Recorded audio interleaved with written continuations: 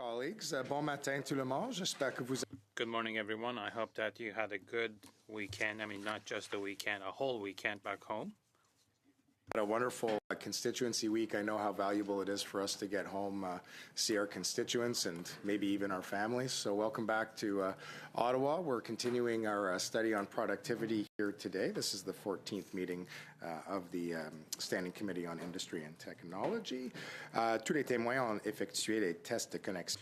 All witnesses have completed the required connection test in advance of the meeting. Witnesses and colleagues, if your earpiece is not in use, if you've got it plugged in but it's not on your ear, please just place it down on the sticker in front of you to protect the health and well-being of our interpreters who work so hard on our behalf.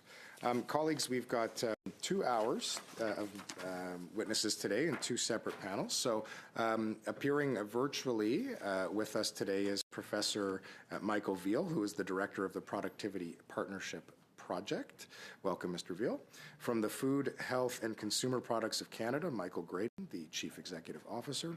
And from the Information and Communications Technology Council, Namir Anani, the President and Chief Executive Officer. So, gentlemen, there'll be upwards of 5 minutes for each of you in your introductory remarks. If you start to see me erratically waving, that probably means that we're getting close to time, and I'd ask that you do your best to summarize. And we'll enter into a pre-allotted amount of time based on the proportion of seats distributed across the table from political parties represented. And with that, Mr. Veal, I'll turn the floor over to you for upwards of 5 minutes for your introductory remarks. Merci, Monsieur le Président. I am grateful for the invitation. By way of introduction, for 13 years, I've been director of a research project called the Productivity Partnership, Partenariat Productivité, which has promoted analysis of Canadian productivity data at the firm and workplace level. Being a politician is one of the hardest jobs in the world. Thank you for doing it. I've appeared before parliamentary committees before. I understand there's partisanship. I'm thankful to live in a country where partisanship is allowed, but I am no expert in short-term politics. I hope to add my 2 cents to your reflections on the long-term direction of the nation. Perhaps most importantly, concern for productivity needs to permeate every aspect of government to promote a higher standard of living and to pay for government programs. For brevity, I'm going to be very presumptuous and simply state a few things that I think Canada should and shouldn't do. There will be no silver bullets. First, Canada needs to act with urgency. But let's not panic. By the measures I judge most reliable, Canada is doing about the same as our comparator countries, except the US. While Canada must do better, some of the story is that the US has exceptionally fast measured productivity growth compared to almost all other countries. Second, as an example of panic to avoid, let's not mess with the international investment of pension plans, especially the Canada Pension Plan success story. And while it is important that Canada improve its overall investment climate, when the US government subsidizes a specific industry, that is not a reason for the Canadian government to subsidize that same industry, at least in the long term. The US is big. Taking it on directly is seldom in Canada's interest. Third, the US, and not just President Trump, is likely to continue to create conditions such that firms that want to sell in the US will consolidate their operations in the US. That makes it harder for Canadian plants to operate at scale. Knocking down interprovincial barriers remains vital to make the Canadian market as big as possible. 4, tariffs on imports increase prices in Canada. Use as sparingly as possible. 5, and probably a non-starter, GST, HST is the most efficient tax Canada has because it encourages saving and hence investment. Increase it, lower other taxes. 6, some think we should not worry about greenhouse gas goals. This is more complex than I can cover here. But on one hand, Canada needs at least to postpone the electric vehicle mandate as an especially expensive CO2 reduction method. But also, if we do too poorly in meeting our Paris Agreement targets, it may affect our ability to form trading relationships with other countries to diversify our trade. 7, if we want to grow GDP per person, we do better by focusing on fewer, higher-skilled immigrants.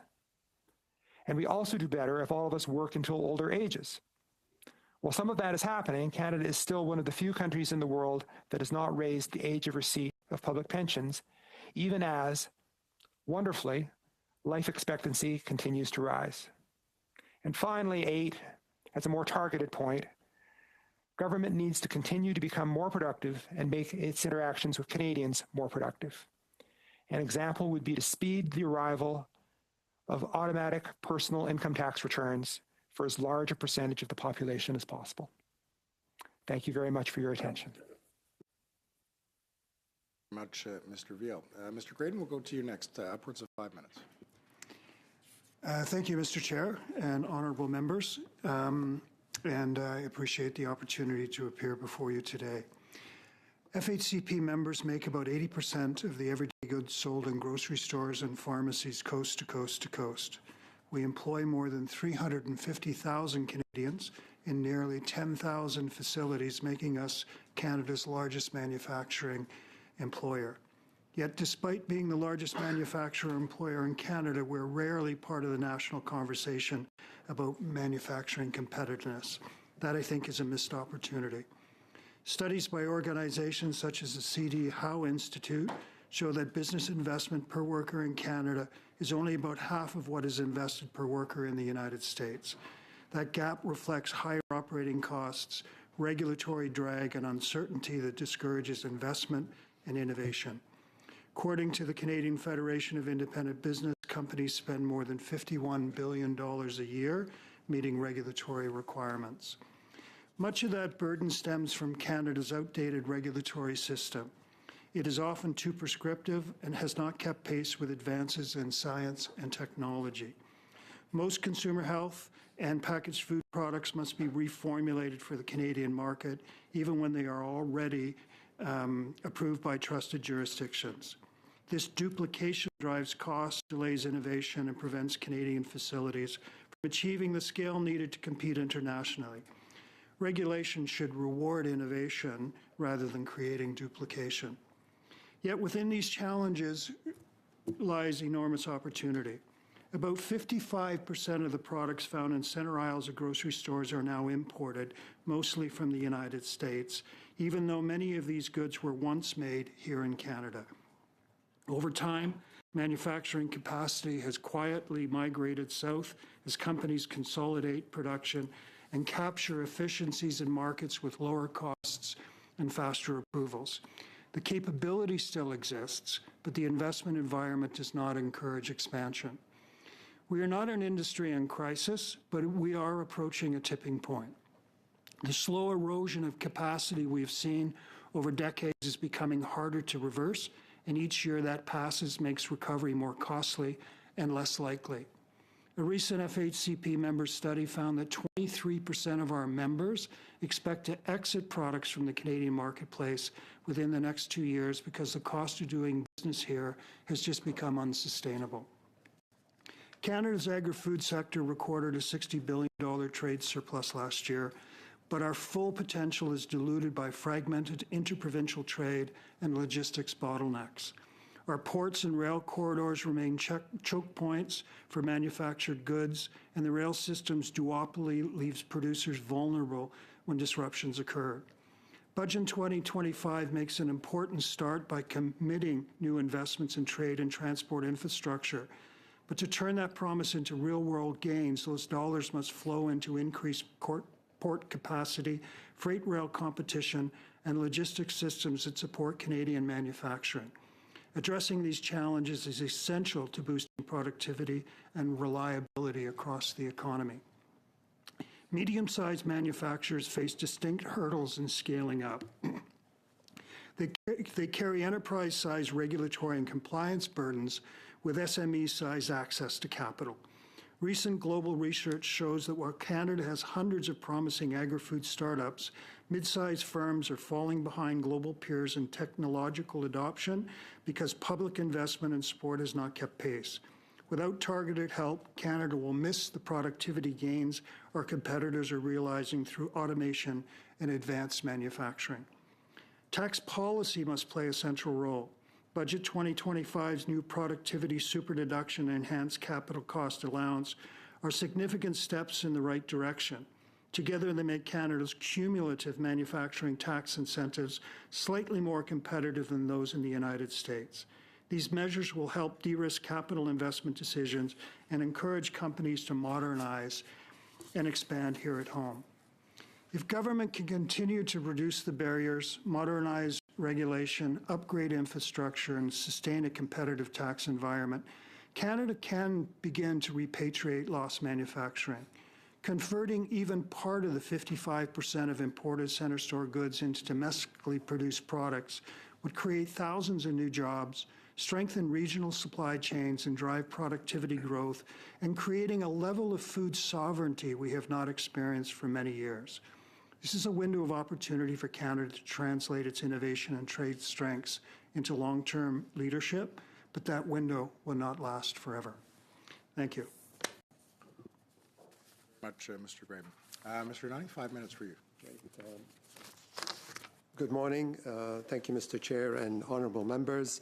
Thank you for the opportunity to appear before the committee today to discuss one of the most pressing economic challenges facing Canada, certainly our ongoing productivity gap and the need to boost national competitiveness. Mesdames et Messieurs les membres du comité.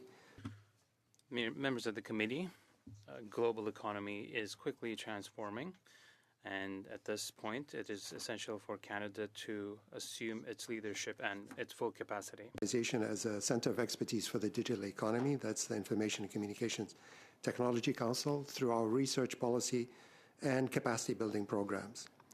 So according to the OECD, Canada labour productivity is less than nearly every other G7 economy, and the gap continues to widen. My remarks today focus on practical steps to boost productivity, strengthen innovation, and support workers and businesses across Canada. To close this gap, Canada needs a cohesive productivity and competitiveness strategy that focuses on 5 key pillars. First, accelerated technology adoption. Incentivize investment in digital infrastructure, automation, robotics, and data-driven innovation, including through strategic government and industry programs such as defense spending, use government procurement and funding to create national demand pull for digital, backed by enhanced investment tax credits that lower the cost of upgrading operations, and accelerated depreciation for digital green equipment, so firms can write off tech investments faster, improve cash flow, and modernize more easily. In parallel, support the transfer and scaling of digital best practices from leading adopters to lagging sectors to speed the spread of proven solutions and lift overall productivity. Certainly, the federal budget goes a long way with the super-deduction or the productivity super-deduction in achieving those. Second, skills and workforce readiness. Talent is the cornerstone of any high-performing economy and the driving force behind innovation and global competitiveness. Achieving this will require scalable upskilling initiatives, stronger partnerships between industry and academia, and inclusive pathways. Equally important is building AI literacy and digital acumen early in education, ensuring that future generations are prepared to lead in an increasingly technology-driven world. The federal government, through its budget as well, has put some steps forward in that to achieve that agenda. Third, commercialization as a driver of competitiveness. Canada ranks among global leaders in R&D quality and early-stage innovation, but we still struggle to turn these strengths into market-ready products and globally competitive firms. Boosting competitiveness requires a sharper focus on commercialization, IP retention, and scale-up, backed by, similar to the U.S. government program, the SBIR, referred to as the Small Business Innovation Research, a refined SHRED program regime that reward commercialization and Canadian-held IP, a national scale-up fund for large-stage growth, targeted tax credit for digital and clean energy adoption, and mission-driven procurement in areas like health, defense, and clean infrastructure to create demand for homegrown innovation. Fourth, innovation-ready regulations. Regulations shapes innovation, and clear, predictable rules are key to long-term investment. A voluntary AI code of conduct is a good start, but businesses and investors also need certainty about what is acceptable to commit capital, expand operations, and grow trade and FDI.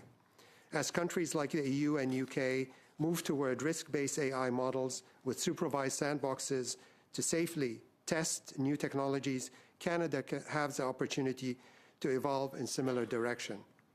Fifth, competition for competitiveness. A more competitive domestic market is essential to boosting Canada's overall productivity and global competitiveness. Enhancing competitiveness to reduce barriers to entry, curb anti-competitive practices, and encourage new firm formation would help drive innovation, lower costs, and accelerate technology adoption. A more dynamic market environment will push firms to invest, innovate, and adopt new technologies faster, strengthening Canada's position in a global value chain. Finally, by moving decisively on these 5 pillars, accelerating technology adoption, investing in skills, scaling innovation, modernizing regulation, and sharpening competition, Canada can unlock a new wave of growth opportunities and shared prosperity. If we act with urgency and purpose, Canada can emerge as a world leader in innovation-driven, inclusive, and resilient growth. Thank you for the attention. I look forward to your questions. Thank you very much, witnesses, for your introductory testimony. Mr. Gugelmin, the floor will be yours for 6 minutes, sir. Thank you, Mr. Chair, and thank you for your testimony, and thanks for being here. It's a very important study. As we all know, Canada ranks among the lowest in G7 countries for productivity, and a lot of the stakeholders I've spoken to relatively recently talk about how hard it is to attract capital investment. I believe even Stats Canada has had a report in September that said we have had the sharpest decline in our productivity in 3 years. Mr. Graydon, I was wondering if you could please outline again for us the scale of your membership, how many jobs, facilities, and what share of the grocery market they represent. Yeah, we have about 350,000 employees in manufacturing. There's almost 10,000 facilities across the country. Our members alone represent about 80% of the volume, and this is a $114 billion industry, so it is material in regards to its economic impact here in Canada. So last month you appeared at the Agriculture Committee and agreed that single-use plastics policies and front-of-pack labeling together could add $15 billion of costs to your sector. Are these policies acting as a tax or at the very least as an impediment to food manufacturing in Canada? They're restricting capital investment, absolutely. It's part of that regulatory rigor that exists that just adds billions of dollars of costs. We have provided government with some potential solutions, such as digital labeling, rather than having to go in and actually change on a regular basis physical labels. So there are technological solutions to these issues, but they continue to change and they come at us fairly rapidly as well. So what does that mean for grocery prices and for where your members choose to invest? Grocery prices, unfortunately, some of the inflationary impact that you're seeing is an implication of the regulatory costs, the environment of a consolidated retail market in grocery. We're going through quite a transition of recycling costs in this country. Close to $2 billion a year is now on the shoulders of manufacturers to take on the responsibility of recycling in each jurisdiction or each municipality in the country. Those expenses weren't there 2 years ago. So you get billions after billions after billions. It's going to have a negative impact on affordability. Does the single-use plastic ban risk disadvantaging Canadian exports, and would you say it acts as a trade barrier? Well, it does, especially with the United States, who has no interest in single-use plastics.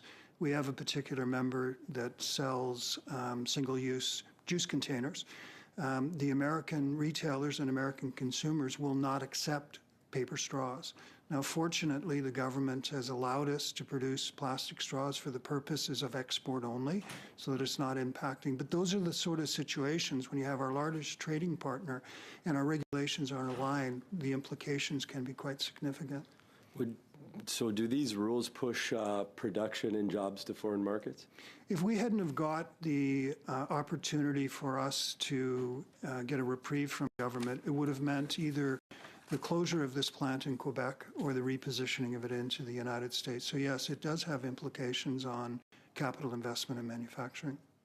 So you've also said that when you speak to FHCP members, you hear the same story. Canada's regulations are outdated, often inflexible and out of step with many of our trading partners, and that our environment is more, quote, prescriptive and restrictive than most competitors, end quote. So can you give the committee some specific examples of what that looks like in practice for food products? Oh, sure. Let's use an example of fortified flour. Flour in Canada, no matter what the product, must be fortified. That doesn't exist in the United States, and it certainly doesn't exist in Europe. And while the additives in fortification of flour may be good for young consumers in bread, I'm not quite sure that in a chocolate chip cookie it is that important. Again, we have another member with a fairly significant capital investment here in Canada who was looking for the opportunity to be able to export to Europe, and because of the fortified flour issue, was not able to use that manufacturing capacity. Again, kudos to Health Canada, who allowed us to get a reprieve on that. But again, it's short term, and I think these are some of the things. Fortified flour, from a scientific perspective, isn't of any value at this particular juncture, especially across the board, and it is restricting our opportunities for global trade. At the cost of investing and bringing products to market here in Canada, the cost of doing so outweighs the benefits. What does that mean in practice in terms of actual decisions for your members? Well, there's a few things. One, the cost implications means that they're going to raise their prices to protect their margins. So there's an affordability issue. The other is really just a variety of products available to the Canadian consumer. As you look at products that may be mid-volume to lower volume, but they fill out a category in regards to choice, there's no hope of making any sort of profit. You sell those goods at a loss, and it's those types of things that are starting to disappear. So consumer choice is going to be impacted quite significantly. And you did say that your industry's facing very briefly, Mr. Goulin. $53 billion of regulation requirements, and 23% of them want to leave the Canadian market? Well, yeah. Not necessarily 23% leaving the market, but reduction in SKUs and products that they offer to the Canadian consumer. Thank you. Thank you. Madame O'Rourke, the floor is yours for 6 minutes. Thank you, Chair Carr, and welcome to our witnesses. I had a question for Mr. Veal. I have a general question for everyone in a moment, but in your opening remarks, you talked about how meeting our emissions requirements and add reduction of plastics is part of our responsibility in terms to maintain trade relationships with other countries and to meet our responsibilities under the Paris Agreement. So thinking about producer responsibility in Ontario, which was previously downloaded to municipalities, so the cost has just shifted. How do you square what we're hearing from Mr. Graydon in terms of the added costs for food manufacturers in meeting these requirements? It's my understanding that it's actually driving quite a bit of innovation in the sector, and that we need to meet some of these requirements for our other trading relationships. So these are very difficult things. Everything's a trade-off. And I do think that what really all I can say at this level, I think, is that every time we impose a regulation or a restriction, it has to be very carefully weighed in terms of the benefits and the costs. And the particular one that I was referring to has to do with the fact that at some level, when we're thinking about the Paris Agreement, we know that many countries aren't going to make their targets. Canada has to decide where it wants to position itself in that situation. with the potential consequence that if Canada is viewed as too much of a laggard, it may interfere with our international trading relationships. On the other hand, other countries are going to be in the same position, so it requires a very nuanced and very delicate handling of a difficult situation. Thank you. I appreciate that. My question to all three of our panelists is actually with reference to the budget 2025. I've heard many of you talk about accelerated depreciation, which we're calling the productivity super deduction that's in here. Mr. Anani, I heard you talk about skilled or training for skilled workers, including machinists, including all sorts of folks. We're looking at investments in AI. And so what are the most critical elements of Budget 2025, including a revised SHRED program to give manufacturers more choice in how they bring in change and how they invest in their productivity? What are the most critical pieces to move forward, and what is the urgency here in terms of passing the budget so that we can start with the productivity super deduction in light of the ongoing tariffs, modify those SHRED, have the dedicated Buy Canadian policies? What is the urgency around that? Maybe I can expand on this. So definitely, I think, the productivity super deduction goes a long way in achieving that. And I talked about the talent development as well. But with the investment that we're doing in AI compute, the $925 million that went into that, I think that should be also coupled with an AI talent strategy to develop that. Because in the absence of that, I mean, AI is one of the most strategic and consequential platforms or technology that we're facing. So we definitely need an AI talent strategy to achieve that going forward. But I would say I think the budget goes a long way in achieving many of the things that I've highlighted in my opening remarks. But I think in essence, ultimately, it all boils down to the implementation strategy. What are the KPIs?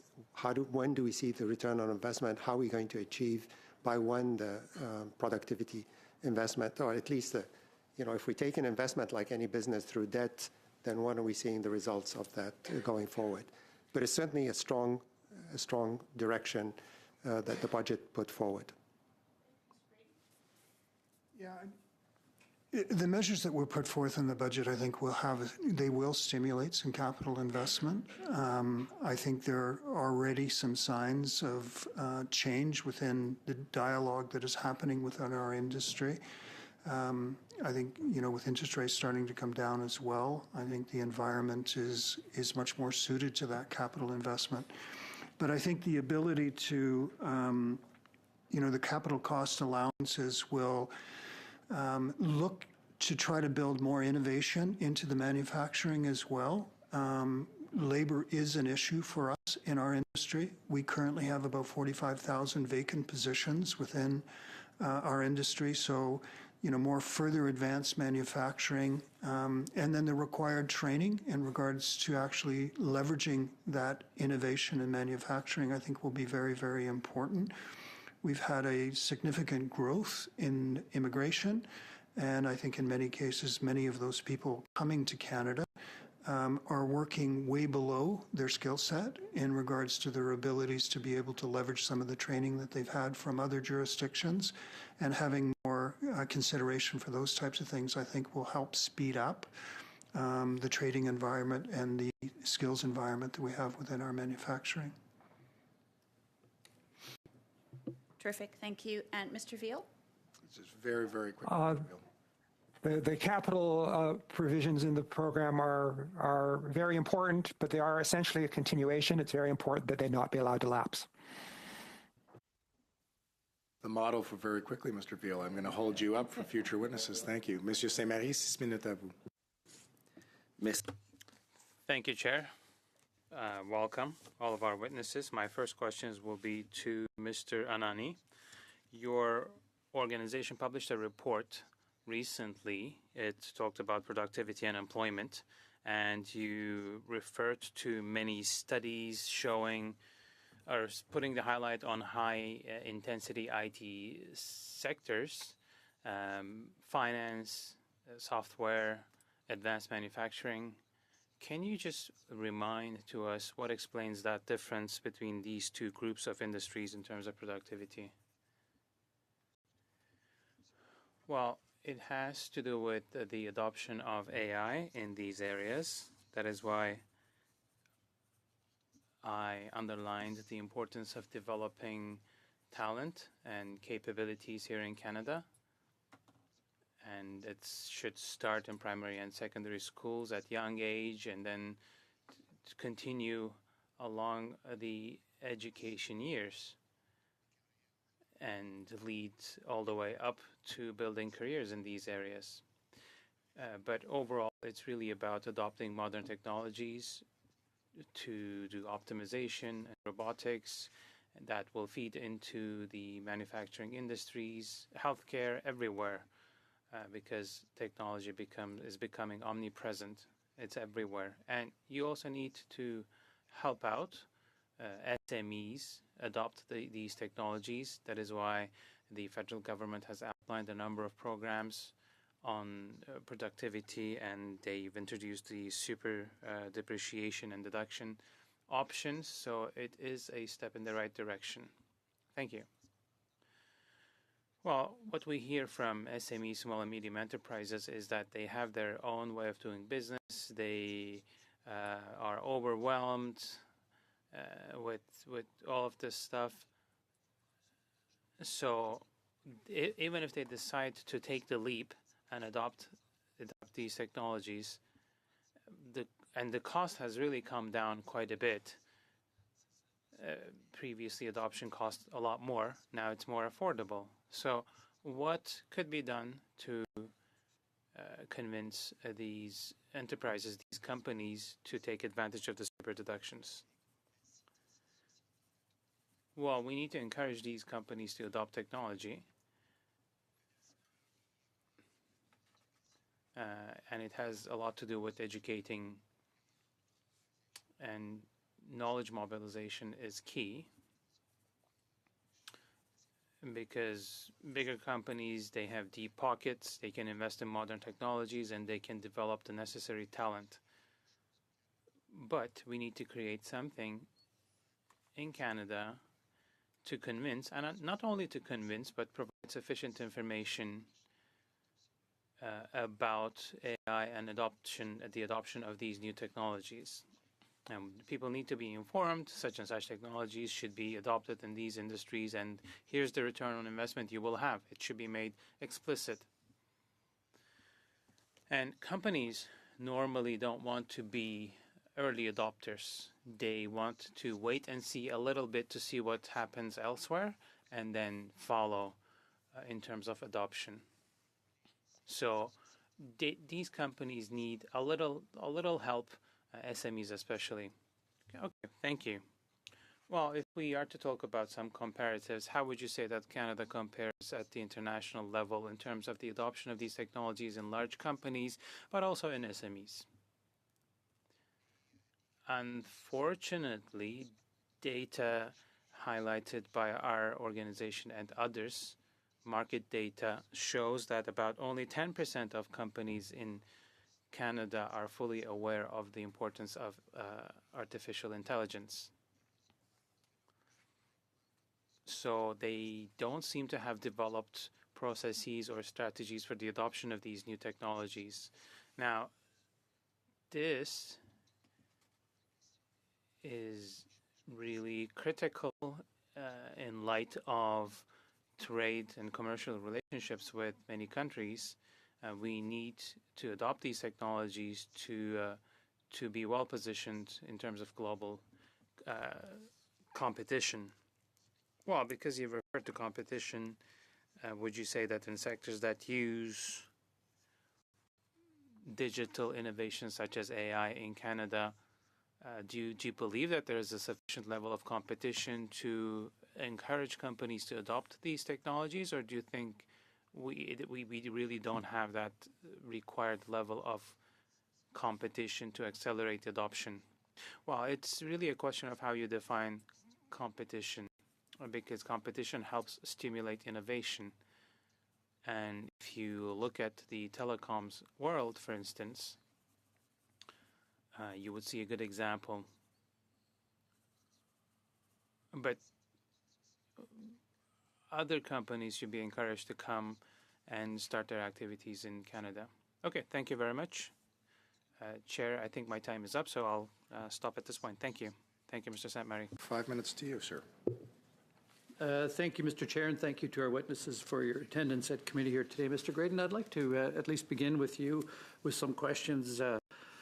On August the 6th, you did a LinkedIn post where you indicated the United States imposed 25% duties earlier this year, part of a broad crackdown, ostensibly to address fentanyl supply chains. And what did Ottawa do? It defaulted to its 2018 playbook of retaliation in kind. If my memory serves me correctly, President Trump had two requirements for the Canadian government in order not to experience 25% tariffs. Number one would be, as you indicate, to address the fentanyl issue here in Canada. Number two was to tighten up our border security. How have the failure to address those two issues impacted your industry? Well, fortunately, the government has repealed the retaliatory tariffs, but it had a significant impact on, for a period of time, on our export capability to the United States. We had a number of orders that were canceled. It was very difficult to be price competitive in the marketplace with that sort of increase. So we have experienced the ability to sort of get back on track with those retaliatory tariffs now being removed. In an August the 20th piece from CTV, you were quoted by saying that an economy that's 10% of the U.S. economy and expect our retaliatory tariffs to have any impact is also foolish. And do you still agree with that? 100%. I think we have to recognize the trading partner that we have. It is very large, but also at this particular juncture with the Trump administration, very unique. And sometimes it just requires a little bit different playbook in regards to meeting the expectations of that particular individual as this file sits squarely in the center of his desk. Thank you. And the piece goes further on to cite Loblaw's July food inflation report. And in there it says that Loblaws notes that about 1/3 of all inflation-related cost increases submitted by suppliers are tied directly to tariffs. Is that the experience you're hearing from your members? Very much so. And because of the impact, there was really no choice but to price up. Could the Carney government have done a better job in addressing Mr. Trump's concerns? I think the retaliatory tariffs were a mistake. I don't think it was a tactic that was necessarily of value, and I think the government came to that conclusion fairly quickly. Unfortunately, there were some consequences in regards to cost implications, but I think at this particular juncture, there's still a lack of certainty, and we just, at some point, I think certainty can be of value in regards to planning and making investments in manufacturing here in this country. Other than accelerated capital cost in this budget that's been tabled by the Liberal government, do you see any focus on agriculture or agri-food that would help to stimulate that industry here in Canada? I think the investment in sort of primary processing, I think, could be very helpful. So canola, as an example, gets shipped as a commodity, but it also gets shipped to the United States for the purposes of transitioning it into oils, which then comes back into Canada. We don't have a lot of that opportunity to translate the agricultural output into that sort of secondary ingredient component, which then goes into further processing of whatever. But if you're a potato chip manufacturer, you're buying vegetable oil to fry your potato chips that was likely produced from an agriculture perspective in Canada, but further processed into vegetable oil in another jurisdiction. And the cost implications start to have some ramifications. So I think getting some focus back on where there are opportunities to leverage our agricultural superiority in this country and not just translate it into commodities could be a very helpful component in regards to input costs. You've talked about regulations as being an impediment to your industry and incurring significant cost increases. to the consumer on the shelf. Are there specific regulations that this government could have moved on and hasn't? And just very briefly, Mr. Graydon. Just briefly, please, sir. We're at time, but go ahead and provide a response. There are. I think the labeling component of it is the magnitude of cost is extraordinary, and it's coming at us from all ranks. It's coming from Health Canada in regards to things like front-of-pack labeling. Now, ECCC would like us to put another logo on our packaging in regards to recyclability of the product. If you have a supplemental ingredient, you've got to put another logo on it for supplemental ingredients. It just today's technology allows for these things to be done in different ways, and I think the QR code. Well, QR code will work, and you know we have gentlemen, 3D barcodes that exist, and there are opportunities. Appreciate there's further dialogue. There will be some time left for colleagues on this side of the floor should they wish to get back into that. Coming through either, by the way, and Well, that is a problem, Mr. yes. Graydon, so just provide me one moment, please. Okay.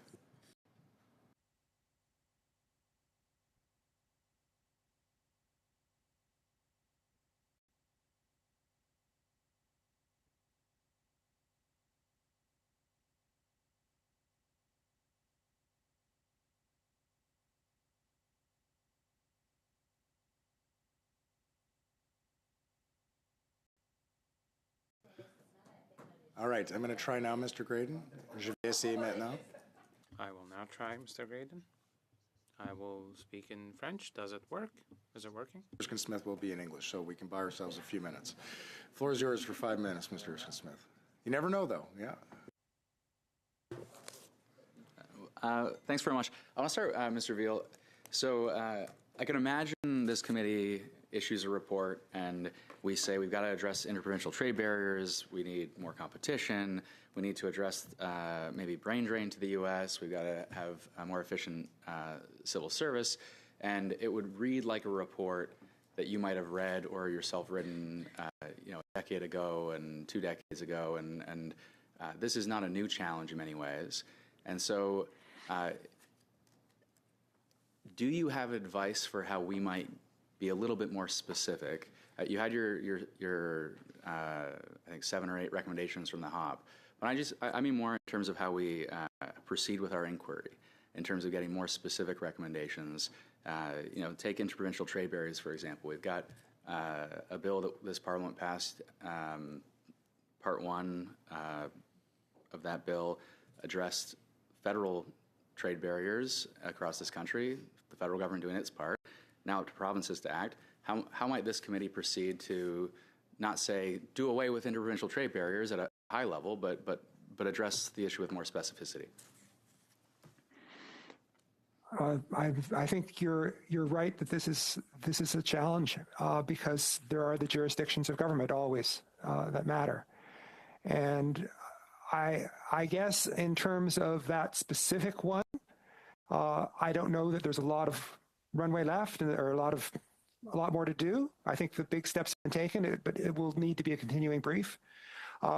If I were thinking about something to focus on instead, I would focus on the productivity of the federal government itself.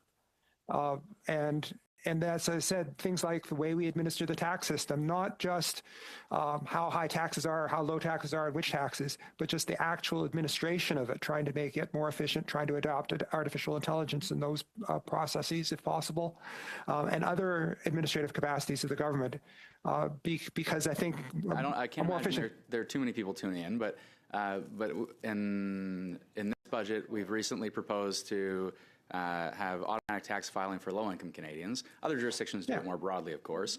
Any one of us filing our taxes, I mean, I receive employment income as a member of Parliament. That's it. The government knows what I make, and the government could file my taxes on my behalf, and I wouldn't have to turn my mind to it, waste my own time, or spend my own money to have a third party file my taxes. That's what you're getting at, simplifying things for ordinary Canadians. Yeah, clearly progress is being made there. In general, whenever we think about a new tax measure, we often think about it from a fairly complex perspective, but maybe we don't put enough weight on the administration aspect. You mentioned everything's a cost benefit, and I think that's right, and that's part of the challenge here. You do away with red tape, right? And one person might see red tape everywhere. One person might not see red tape and say, no, that's serving an important interest. And someone might say, no, there's a cost to this, and there's a benefit to this, and we have to balance the two and make sure that the benefits outweigh the costs. In the interest of more specificity, Mr. Graydon, I love the example of fortified flour, I got to be honest, because fortified flour, there's a huge public benefit to having fortified flour, and it might be in certain instances, it might not make sense. It sounds like Health Canada acknowledges that and issues a reprieve in specific circumstances. Doing away with that regulation writ large seems like a very bad idea. So, I mean, the FDA and Health Canada are aligned on it to a large degree, from what I understand. But what would be helpful to this committee, I think, and maybe that would be on your list, I don't know. But if you could offer a list of things you've heard from your members, and I don't mean today, I mean come back with a longer list, a more detailed list, and then it might be up to us to assess, what the costs and benefits are of that list, and say this one makes sense, this one doesn't make sense. I think that might be more useful as far as the committee work goes around addressing productivity, is if we have more specific examples to grab onto. Could you commit to doing that? Yes, absolutely. And the same I would offer to you. Yeah, happy to do that. But ideally, to advance productivity if you look at the economies that have advanced productivity, whether it's Denmark, at least on the OECD, Denmark, Switzerland, and the US on that, they have high investment in talent. They have high investment in CapEx, that means equipment, modernization. They have open and competitive markets.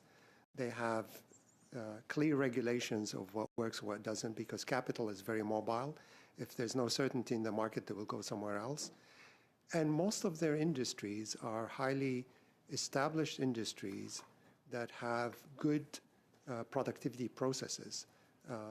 It's interesting to see that the highest productivity in Canada is actually in Alberta, with $77 per worker compared to 62 average across the country. And the reason for that is because Alberta has one of the top energies, advanced manufacturing and others, with very much established capabilities in process management, productivity, whether it's Six Sigma or Kaizen or other advanced manufacturing capabilities on that. But if I would have to boil it down to what is needed, is the question that was asked recently. Our economy is small, medium enterprises. They would prefer to be, we can give them all the incentives to adopt technology, but ultimately we have to showcase what works, what doesn't, because they don't want to be the first movers, they want to be fast followers on this. And hence, diffusion of that information and in terms of a productivity accelerator, in terms of knowledge mobilization, is going to be critical. Thanks. Thank you, Mr. Erskine-Smith. Monsieur Saint-Marie, 2 minutes, 30 secondes. Oui, merci, Monsieur le Président. Thank you, Chair. My questions will be for Mr. Anani. A couple of years ago, you were here to talk about blockchain technologies. You appeared before committee. What sectors can benefit from adopting these technologies to increase productivity, and what can the government do to support this? I would say that all of the manufacturing industry would benefit really well from adopting the blockchain technology. Commercial industries, healthcare, because you need to track your data and you need to know who's using what product or what medication. I would say that even the government of Canada,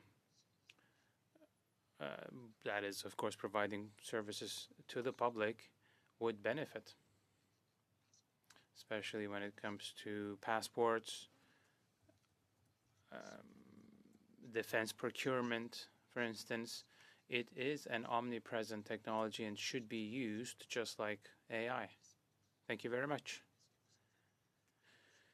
Do you have any comments about quantum computing? Do you think that we should double down on that technology? It is key. We should really focus on that, and AI will also facilitate a quantum transformation, if you will. these will be breakthrough technologies, even for AI. So we have to double down on research and development in this area so that we make sure that Canada is a hub for quantum technologies. So Canada can position itself as a hub in terms of these technologies, you're saying. How would Canada, once again, compare internationally? Well, I would say that we're really well positioned in terms of research excellence, especially in AI and quantum technologies, but we have to accelerate and maintain whatever capacities we have with a view to global competitivity. This would be key for Canada to keep its place in this field. Thank you very much once again. Thank you. Borelli, the floor is yours for 5 minutes. Thank you, Chair. Mr. Graydon, Canadian business investment per worker is roughly 50 to 70% of U.S. levels. Does the Liberal 2025 budget meaningfully narrow that gap, or are your member companies still planning to expand their capital expenditures abroad? I think it's early going. I think most members are just trying to digest the budget at this particular point. I can also suggest that most of the energy is being put into understanding where the benefits are for those actual capital investments themselves, the machinery, the buildings, etc. So it's still very early going at this particular juncture. So till now, when capital investment has flown outward, which countries or regions are your members favoring and why? It's almost entirely to the United States. And I think, part of it is it's easy to trade, or it has been, between Canada and the United States. We're looking at consistent languages, consistent understanding of the marketplace. Distribution component of it is quite easy. You're putting it on a truck and not a boat, so you're able to sort of meet the supply chain needs that are required. So a majority of it has gone south. Are there any legislative changes that Canada could make that would help companies keep their investments here? Or is it, what could keep companies here? I think some of the moves that have been identified in the budget, and I think there's been lots of talk in the past around it, trying to incentivize capital investment. Our tax policies in this country are very high. The access to labor is very low on occasions. And so I think more investment in regards to stimulating those dollars spent on manufacturing, I think the opportunity is there, the market is there, and I think we do have some very good trading arrangements outside of the United States to be able to leverage as well. And we need to, seize the opportunity to be able to take advantage of those. Can you give us an example of the kind of Canadian company or technology that risks being scaled, funded, or commercialized outside of Canada because of our environment isn't competitive enough? I think all in our sector are potentially vulnerable to those components of it. That said, remember Canada is 40 plus million people. It is a good market. And even if the manufacturing evaporates from this country, these organizations that transition to the United States will still look very favorably on the Canadian consumer as an opportunity. But there could be cost implications there too because of the uncertainty of the relationship with the United States. We just, especially on the food side, we have lost some of our food sovereignty in this country. And when, you're getting almost half of the food products center store in a grocery store coming from someplace else, it's not a good place to be. And we didn't used to be like that. And where companies now are producing maybe 30% of their volume in a Canadian plant and 70% in the US, that was reversed 20 plus years ago. And just over time, it's just slowly evaporated. And as I said, I think we're getting to the point, if we're not careful, we're at a tipping point. I think it's also important to recognize while, small to medium enterprises make up the majority of the plants in this country. Where the volume sits is in the large manufacturers. It's the 80-20 rule. 20% of the manufacturers make 80% of the goods because they have the scale. And it's those organizations that also have significant capital to be able to employ in manufacturing in this country. But it goes into a global capital pool, and you need to deploy your capital where you get the best return on investment. And Canada's not a great place for that right now. So does the lack of a clear Canada-U.S. trade strategy in the budget create hesitation for long-term commitments? At this particular juncture, it does. And I think you're looking at, remember, even with the trade environment being calmer pre-Trump administration too, we still saw some elements of evaporation of capacity. So there are other factors that are contributing to it.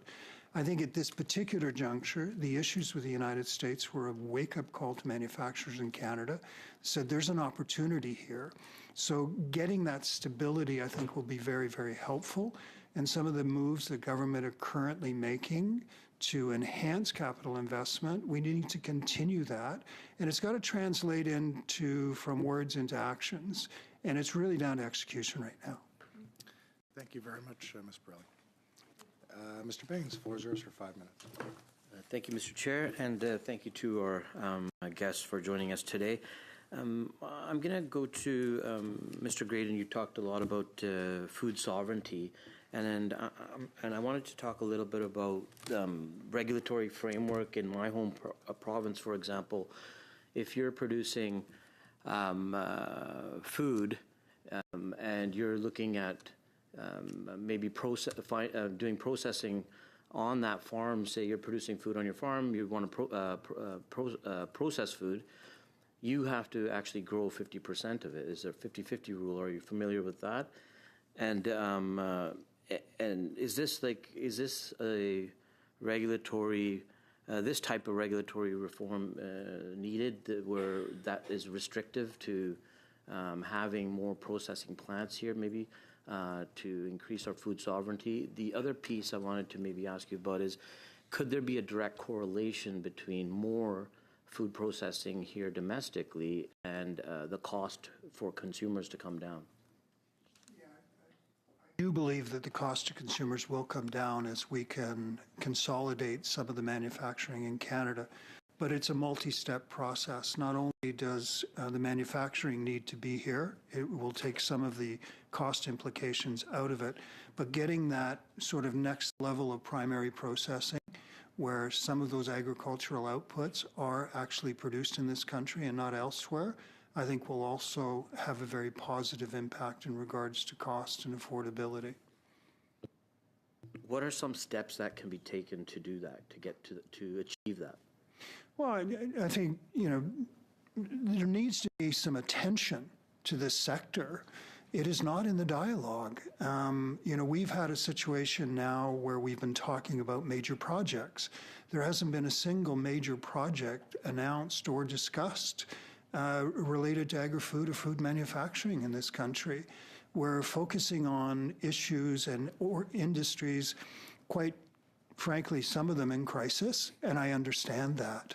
But if we're not careful, we're going to find that our food manufacturing industry is going to be in crisis, and then we're in real trouble. We already see it in consumer health products. And as you go back to COVID, we did not make hand sanitizers. We do not make many of the products we consume every day or use every day. We don't make toothpaste in this country anymore. We don't make mouthwash in this country anymore. So those are things that have just slowly but surely evaporated away from this country. And I think it needs to be part of the dialogue. And part of the challenge we have is that, with all due respect to government, we don't have a home. Nobody in government talks to us. We tend to get sent to the agricultural minister, and they're doing a great job, but that's not where the issues are, and their focus is more on the farm gate than the further processing and value-added manufacturing. Thank you for that. And do you think, I know you talked a little bit about what's introduced in the budget around the super deduction, accelerated write-offs. Is this a potential solution to get some of these things, make it more attractive for manufacturers, processors to unlock some investment here, private investment? Absolutely, and you know, we're seeing a real change in government right now. It is very obvious that the mandate from the Prime Minister's office has been, let's not penalize manufacturing, let's not penalize business. And we've seen a marked change, especially in Health Canada, in regards to regulatory reform, red tape reduction. We need to continue that momentum because it is really, really positive. And then you add these sort of tax incentives, you start to see our interest rates starting to come down. We're starting to create an opportunity here for these investments. And now we need to leverage it and take full advantage of it. Thank you for your time. Thank you. Okay, thank you very much, colleagues. Thank you to our witnesses for appearing today. Appreciate your guidance and your insight. Colleagues, going to suspend briefly as we turn over to the second hour.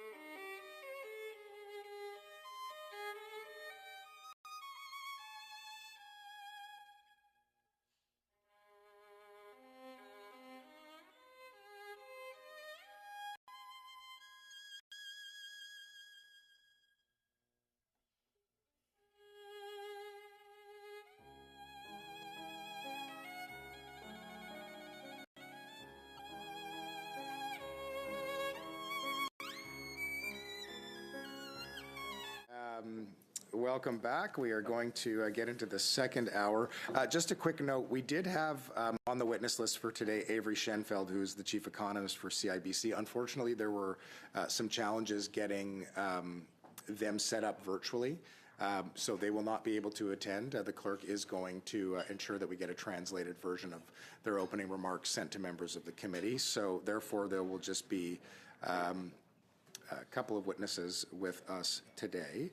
So from the Business Council of Canada, we have Theo Argytis, who is the Senior Vice President Policy, and we've got Michael Goulot, who is the Vice President Policy, and from the Royal Bank of Canada, Francis Donald, the Senior Vice President and Chief Economist. So, witnesses, we will have upwards of 5 minutes for introductory remarks. We will then have an allotted amount of time distributed to members as per the recognized parties around the table and their allotment in the House of Commons.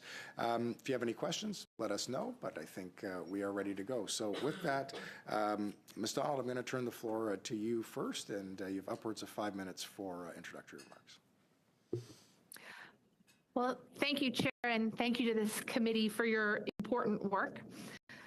Productivity is not a new concern. Economists have been discussing the causes and suggesting possible solutions for as long as productivity growth has been ailing, and that is approximately 40 years. We have highlighted as a profession Canada's lack of tax competitiveness, burdensome regulations, slow investment, overexposure to the housing sector, and barriers to trade, some self-inflicted, some quite natural. You'll be hard-pressed to find a Canadian economist without published research and perspective on these, and you'll find that almost all of it rhymes.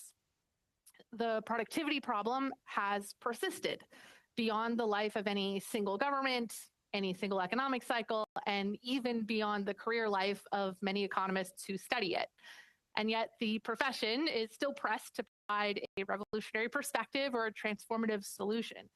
But as much as 1 + 1 will always equal 2, and if it rains, the ground will get wet, the economist's view on productivity is likely to be constant and it's consistent in its observation that productivity issues are not confined to one problem, one sector, and cannot be solved with one stroke of one pen. And yet, as we head into 2026, there are 3 pieces of new context to the discussion that are relevant to the elements that have always been true. The first is that slower population growth, and in some regions of the country, negative population growth, will mean that we need more productivity growth to compensate. Let me explain. I'll use an example I've used many times before. If you've heard it, my apologies. Consider an economy like a fast food restaurant, and the growth, the GDP of that fast food restaurant is the number of hamburgers it produces. The number of hamburgers that a restaurant makes is always a function of 2 things. How many people are working behind the counter? That's your labor force. And how fast each individual makes a hamburger. That's productivity. When population was expanding at a healthy rate in Canada over the past decade, and particularly in the past few years, we had more people working behind our metaphorical counters, and thus the fact that we weren't making our hamburgers more quickly was less noticeable. But we're going into a period where population growth is going to slow dramatically, potentially even be flat. In some places of the country, like British Columbia, population growth is already negative. Effectively, we will have fewer people working behind the metaphorical counters of this country. And so if we want to maintain the amount of hamburgers coming out of the restaurant, we have to increase the amount that each worker can make. In essence, there should be and is a close tie between our population policies and our productivity policies. Second, I feel compelled to highlight that while productivity will be a more critical issue for the aggregate economy in Canada as a whole, it will feel like less of the most important issue, less of the emergency to the areas of the economy that are suffering deep recessions as a result of the trade shock. Now, on balance, Canada's economy has been resilient, and that's in part thanks to CUSMA and the approximately 90% of exports to the United States that remain tariff-free.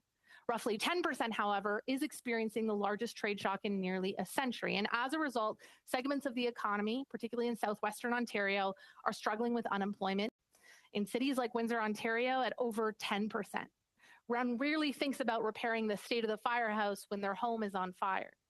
Other parts of the country have solid labor markets, like Victoria or Ville de Quebec. So as economists will highlight frequently that different regions and sectors struggle with different productivity issues, it's likely wise to remember that there is more scope and appetite to address structural challenges in places of the country that are not also struggling with mass job losses. Et dernièrement, comme je l'ai mentionné, notre problème de production. As I mentioned, the productivity issue has piled up over the last 40 years, and it is not very likely that it will be resolved in a year with one idea. The good and the bad news is that there is a long list of political measures which would increase productivity slowly but surely, but there is no silver bullet which on its own will save the country. If your house is in disorder, you can choose any corner and start there. and you will have, I'm sure, many ideas as to what should be done, but we are past the point where we can say which one will be the best. We have to just pick a corner and start making progress. Thank you for your time today. Thank you very much, Ms. Donald. I don't think I've ever wanted a hamburger so badly. Mr. Argydas, we'll turn the floor over to you for upwards of 5 minutes. Mr. Chair, honorable members, thank you for the opportunity to appear before this committee. We are here today on behalf of the Business Council of Canada, which represents CEOs of over 170 leading Canadian enterprises across all sectors of the economy. Together, our members employ more than 2 million Canadians, and their companies are responsible for most of the country's private sector exports, investments, and corporate philanthropy. The Business Council has one central mission: to help build a stronger, more competitive, and more prosperous Canada. And we view productivity and investment as absolutely foundational to achieving that mission. You have already heard during your previous hearings for this study about Canada's disappointing productivity record. It's been well covered in the data, and I won't repeat the statistics, only to underscore the core message that these statistics send. For more than a decade, Canada has not been investing at the pace required to keep our economy competitive or to sustain the rising living standards Canadians expect. In short, our productivity crisis is really an investment crisis. Our industries and our workers are capital starved.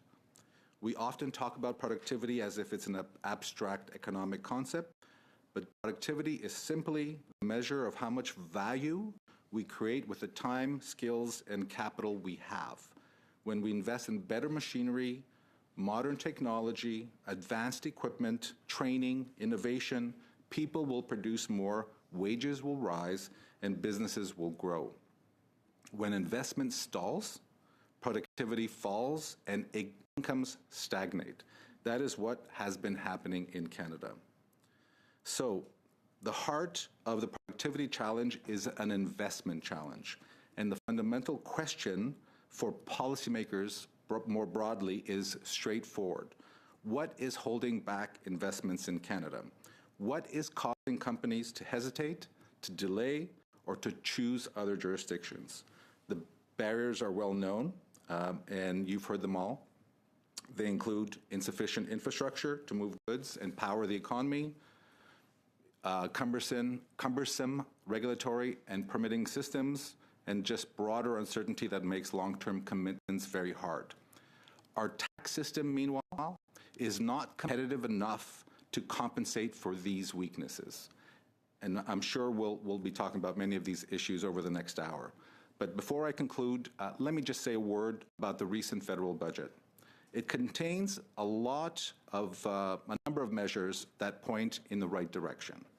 Steps towards a more competitive tax system, some signaling around improving the regulatory landscape, some efforts to attract talent, and some additional financing for major projects. These are all positive moves. Our concern is that the pace of change still isn't fast enough to break out of the low investment trap the economy has fallen into. After a decade of underinvestment and uncertainty, we need more than incremental progress. Canada has enormous strengths. We truly have what the world needs. What we need now is urgency and focus on enabling private sector investment at scale. The cost of inaction is continued stagnation. The reward for boldness is a stronger, more productive economy that delivers rising incomes and enduring opportunity for Canadians. With me today is Michael Gulo, Vice President of Policy at the Business Council, who recently authored a report about Canada's potential to capture market share in global markets.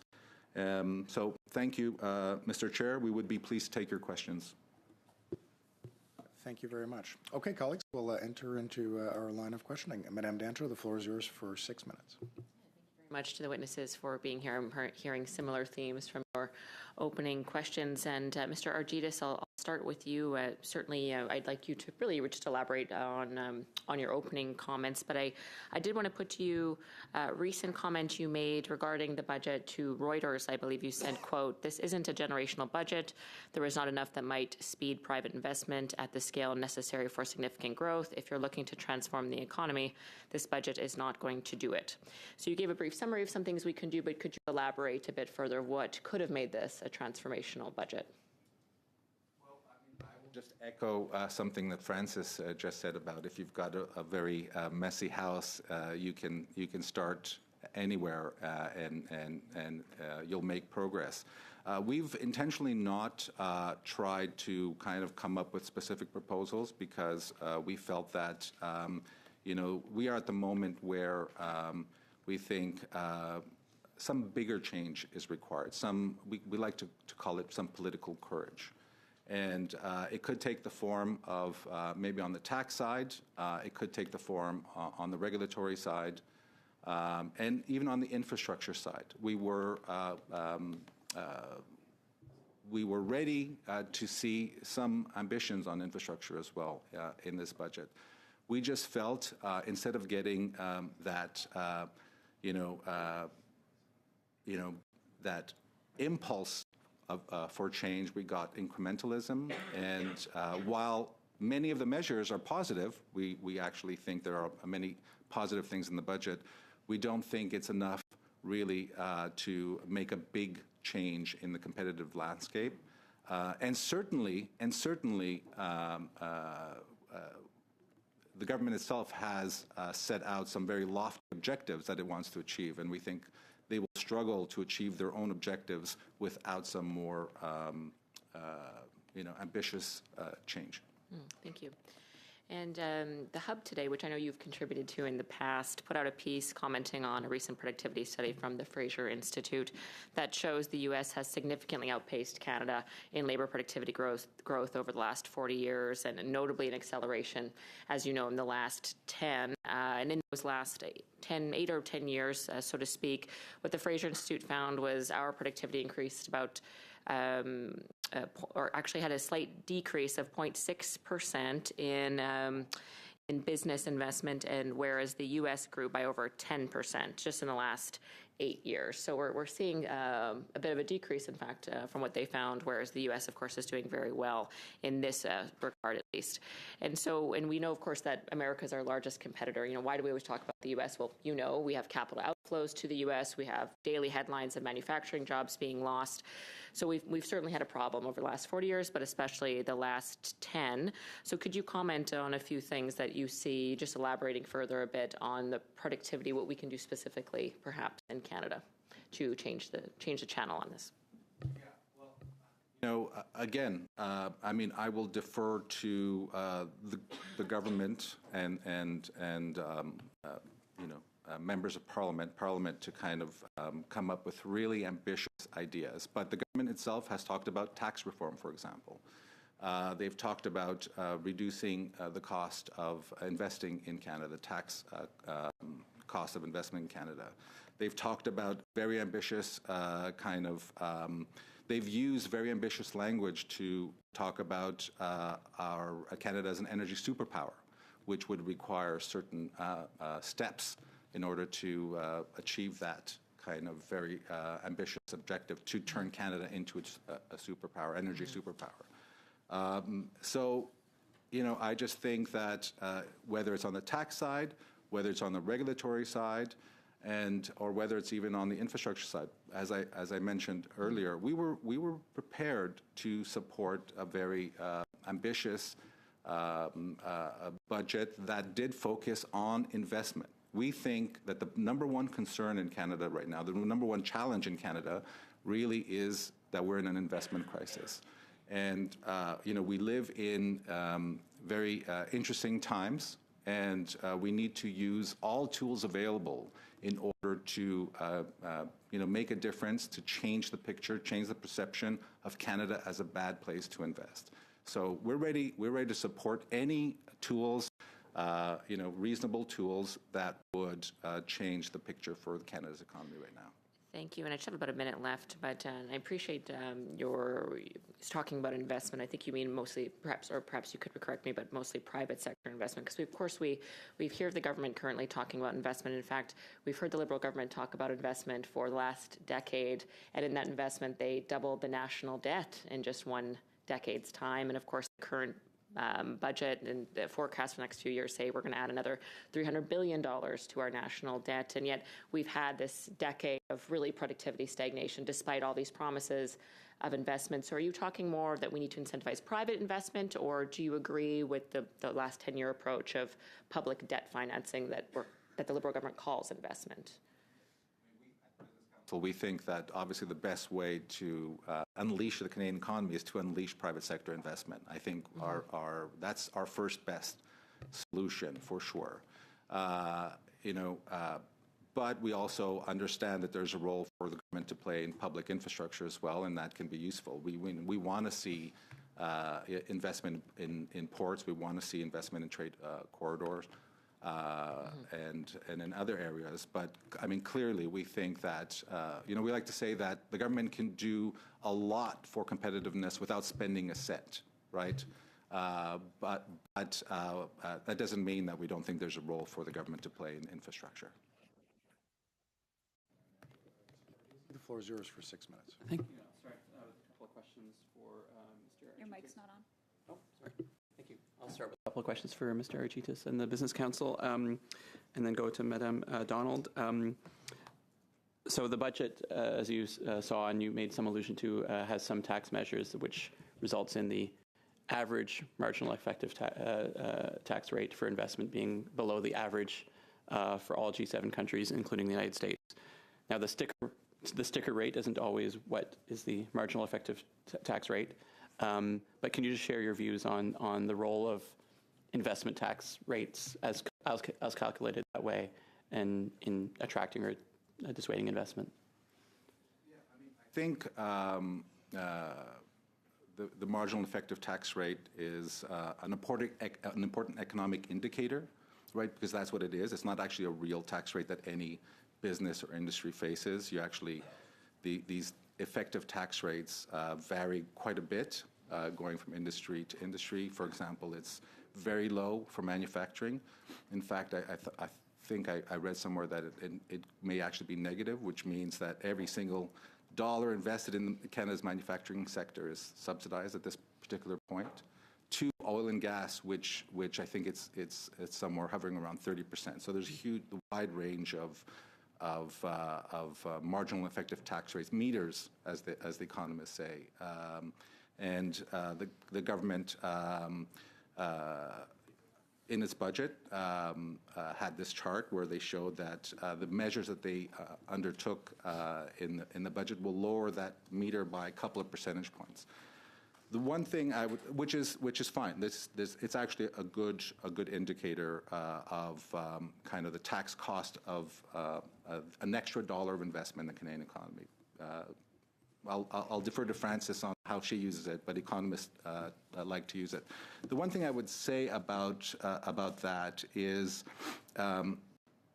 Canada's had an advantage on this specific rate, and it's not the only rate. I mean, there are a lot of, the statutory rate, for example, is actually higher than it is in the U.S. and Canada, the corporate income tax rate, both federal and provincial. But Canada's had this advantage on the meter rate for a very long time. And what we've seen is that that advantage has actually practically vanished. So it was about 15 years ago or more or so, it peaked at around almost 15 percentage points, the difference between Canada's average meter and the meter in the U.S. And now it had fallen down to about 2 percentage points up until the budget, where the government, the finance minister or the finance department says that the measures that they're taking will lower it by another 2 percentage points. So the gap between the U.S. and Canada will be about 4 percentage points. It had been as much as 15 percentage points not too long ago. So we've seen that advantage shrink. And I think what the last decade has shown is that a small advantage on that meter rate is insufficient to actually kind of move the needle by much. It does. I mean, you do see it in manufacturing having some impact, but overall, that small advantage is actually not sufficient to offset all the other negatives in the Canadian economy that make it unattractive to invest here. So all to say that if moving the advantage from 2 percentage points to 4 percentage points, I consider that a marginal change. It's not a big bang in the tax system that will make necessarily a huge difference. But I think it helps with the competitiveness equation that you've kind of described, which has, as you said, a number of variables. Maybe une question pour Madame Donald. A question for Ms. Donald. You said that you thought that a good policy in general in life is just to pick a corner and start the cleanup.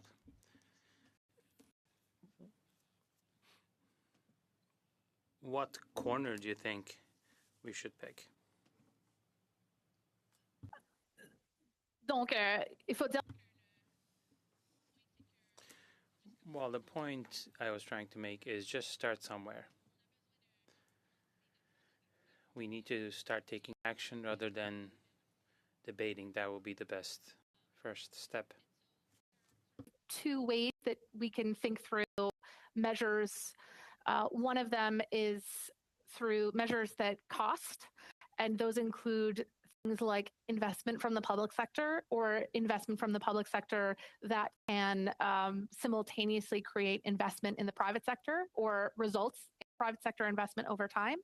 And the other, as Theo mentioned, are costless measures towards productivity enhancements. And those include primarily deregulation. So perhaps I might push back against my own statement to start in one corner and say you could probably work out of two corners simultaneously and have a parallel track between measures that cost very little and measures that perhaps cost a little bit more. But I would be using that framework to think through where to start and how to get going. Okay. You mentioned there's a relationship between productivity-oriented investments and kind of regional dynamics. And we've heard elsewhere at this committee that it's really important to disaggregate some of the productivity metrics on a sector basis. But can you just talk to us a bit about how we could target productivity policy or pro-productivity policy on a regional basis? Typically that's done through, but there may be other ways to do that. But there may be other ways. Thank you for this question, which I think is the critical one, which is to recognize that while there are some cross-country productivity improvements that can be made, for example, addressing competitiveness in the tax system, much of what can be done to improve competitiveness and productivity is actually a sector-by-sector story. For example, what weighs down our resources sector and the competitiveness there and what limits investment is very different than what is, for example, on housing. And when I talk about the regional diversification that's occurring and the fragmentation that's occurring across the country, it largely comes down to which provinces are more reliant on different areas of growth. And we know, for example, that in places of the country, for example, in Alberta, we have much more resource focus. So productivity enhancements in there are more likely to support productivity in that region. If we could improve productivity on the housing side of the picture, that would probably bias more towards Ontario productivity. All of these things are good, but there is a difference between cross-country productivity enhancements and sector-specific enhancements, and some awareness of that will be important on this productivity journey. Thank you, Mr. Pardisi. Monsieur Saint-Marie, 6 minutes. Oui, merci, Monsieur le Président. Thank you, Chair. Welcome to our witnesses. Thank you for being here. I will pick up where we left off. So my question will be for all witnesses. We can start with Ms. Donald. What are the specific sectors, in your opinion, where we have the biggest potential in terms of gaining additional productivity? Let's start with Ms. Donald. Thank you very much. It will most definitely be the construction industry because the stats are the worst in that industry. And I will say this in English, but there will be a lot of low-hanging fruit in this industry. But in the economy in general, in the resources industry, we have a lot of potential. So there are a lot of sectors where we can achieve a lot of improvement, which would help with our growth, added boost of productivity, and in other sectors, in other industries, we need to focus more on the productivity, which will be different than growth. So if I had to choose just one, I would say construction, because that is the most striking example in a sense, but we should keep the growth vision in general. Thank you very much. And to you, over to you.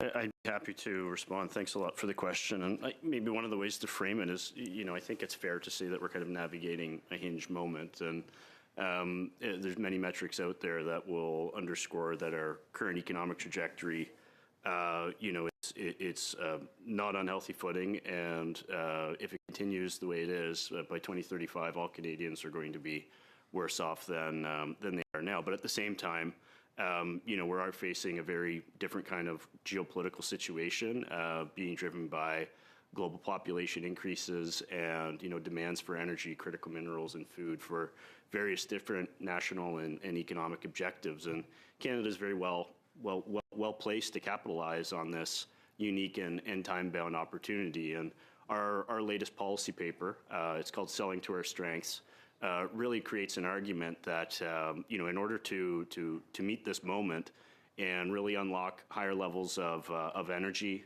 inclusive of many different forms of critical minerals, those supportive for the energy transition and national defense, as well as the agri-food industry, we're really going to require a whole government approach, to move this forward. And I think that's, as you'll see in the paper, describes that the responsibilities go above and beyond any single minister. We need our foreign policy working with our infrastructure policy, working with our energy policy and our innovation policy. And the size of the prize, from our view, is it's worth pursuing. A recent report by McKinsey says that if we really do expand our exports and those particular sectors that I just mentioned, we could grow our economy by roughly 150 billion GDP by 2035. But if there's one chapter of that report that I would really draw your attention to on account of the work that you're doing vis-a-vis the productivity challenge, it's the chapter on innovation. And we know that leveraging our resource advantage, it can also create a generational opportunity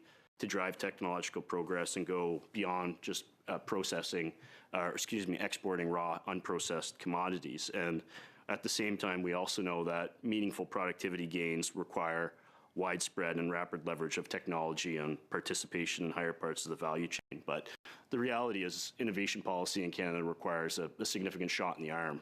And the proof is in the investments in research and development, those both combined of public and private sector. They're amongst the lowest in the OECD, and there's also a lot of evidence out there to suggest that our research efforts often fall short of commercialization. And there's some very tremendous illustrative examples of the productivity gains that can be gleaned if we really get more serious about innovation. The Arel Institute at the University outside of the University of Guelph suggested that, and this is a finding from Francis's team over at RBC, that if emerging innovations in ag technology, if they were truly embraced, that's a $30 billion opportunity. And so we don't have time to waste. Our competitor countries are moving forward, standing up advanced research agencies that are supporting the competitiveness and productivity of sectors of their economy where they have comparative advantage, and we're arguing for the same. Merci beaucoup. Thank you very much. Your colleague in their opening remarks referred to a low investment trap, and he referred to an investment crisis that we are currently going through. So it's been many years, even maybe decades, that we have been seeing companies sitting on their liquidities and not investing to increase their productivity. So in a minute or so, if you could recapture that and maybe suggest some solutions. I mean, capital is mobile. When companies generate cash flow and earnings, they have to make certain decisions whether they're going to invest that capital or they're going to return the capital to their shareholders. Executives need to outweigh what is the best return for the shareholders, fundamentally. I mean, the other option is to invest in other jurisdictions. The calculus for investing in Canada has been a difficult one, certainly in the resource sector over the last 10 years. I mean, I don't think it's a mystery why. I mean, it hasn't been the most welcoming environment for the resource sector. It's been very difficult to build things in Canada. Which is why, the Prime Minister's mantra is build, baby, build. We haven't been building, and that's been a clear problem. And it's because it's been very difficult to generate reliable returns on building anything in Canada. So, I mean, I don't know if that answers your question, but I just think it's just money goes or capital goes where, the highest returns are. And sometimes it's in other jurisdictions, sometimes it's back to the shareholders. And in some instances, they do invest in Canada, but in aggregate, it hasn't been a rosy picture over the last 10 years. Merci. Madame D'Andro, 5 minutes. Thank you, Mr. Chair. I wanted to pick up a bit on Mr. Is it Gullo? Gullo, pardon me. Mr. Gullo was talking about, you mentioned investments in research and development, both public and private, or we have some of the lowest in the OECD. I believe we also rank quite low on the OECD in terms of IP. We have a big IP leakage drainage issue, particularly to the US, but not exclusively to them. And yet we invest a lot, again, perhaps not relative to other countries, but just in the billions overall in research grants and R&D tax credits and the like. But I've been surprised to learn that we actually don't keep a lot of what we create, even though Canadians create a lot of really interesting, cool things. So I wanted to just set you up to give a little bit more detail on your thoughts on this issue and how it impacts productivity. Look, I fully agree with the information that you've provided, and I think it underscores the severity of the situation. It's clear that our innovation input isn't matching the output, even in sectors where we enjoy relative competitive market share globally. Look at our mining industry, for example, where we've got many companies headquartered in this country investing elsewhere. But our IP challenge is most acute in a sector like this, as an example, where you've got Chinese dominance of over 70% of the IP that's out there. In Canada, hovering at around 2%. So there's a real dysfunctional aspect of how we're going about capturing this aspect. And I think there's a couple of reasons that kind of come to mind broadly.